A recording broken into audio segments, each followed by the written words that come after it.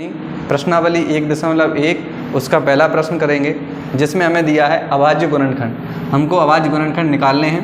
पहला प्रश्न है 140, तो 140 के अभाज्य गुणनखंड हमें सीखने हैं। तो पहले हमें ये भी जानना होगा कि अभाज्य गुणनखंड क्या होते हैं। तो मैंने यहाँ पे लिख लिए हैं पहले से आपके लिए अभाज्य गुणनखंड। तो देखिए 2, 3, 5, 7, 11, 13, 17 और 19 ये सभी संख्याएँ हैं जिनमें खुद के अलावा किसी दूसरी संख्या का भाग नहीं जाएगा।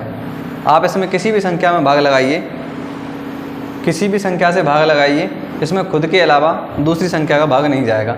और नीचे लिखा है आपको भाज्य गुणनखंड। ये वे सभी संख्याएं होती हैं जिनमें खुद का भाग तो जाता ही जाता है, लेकिन किसी दूसरी संख्या से ही भाग जाता है। जैसे 4 में 2 का भी जाएगा और 4 का भी जाएगा। दूसरा है आपके लिए 6 में यदि आप देखेंगे तो देखिए 3 का भी जाएगा, 2 का भी जाएगा और 6 का भी जाएगा। ठीक उसी प्रकार हमने एक संख्या और ली है, देखिए 12 में 2 का भी जाएगा, 6 का भी जाएगा, 3 का भी जाएगा, 4 का भी जाएगा और 12 का भी जाएगा। देखिए ठीक है, तो इन सभी से अगर खुद के अलावा दूसरी संख्याओं का भाग जाता है तो वे क्या कहलाती हैं? भाज्य संख्याएं। जिनमें केवल खुद का भाग जाता है वे कहलाती हैं अभाज्य संख्याएं।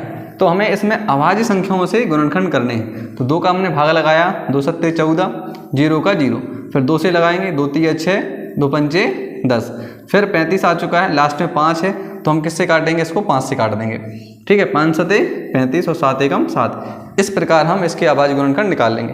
तो लिखेंगे अतः अभाज्य गुणनखंड 2 का कितनी बार आया है? 2 का आया है 2 बार, तो 2 पे हमने घात 2 लगा दी। 5 का 1 बार आया है तो 5 पे घात 1 लगा दी। 7 का भी 1 बार आया है तो 7 पे घात क्या लगा दी? 1। और इन सभी का यदि गुणा करते हैं तो क्या आ जाएगा हमारा? 140। इस प्रकार से हमारा सवाल हल होता है। और आप इसके अगले प्रश्नों का अभ्यास करें। थैंक यू, धन्यवाद।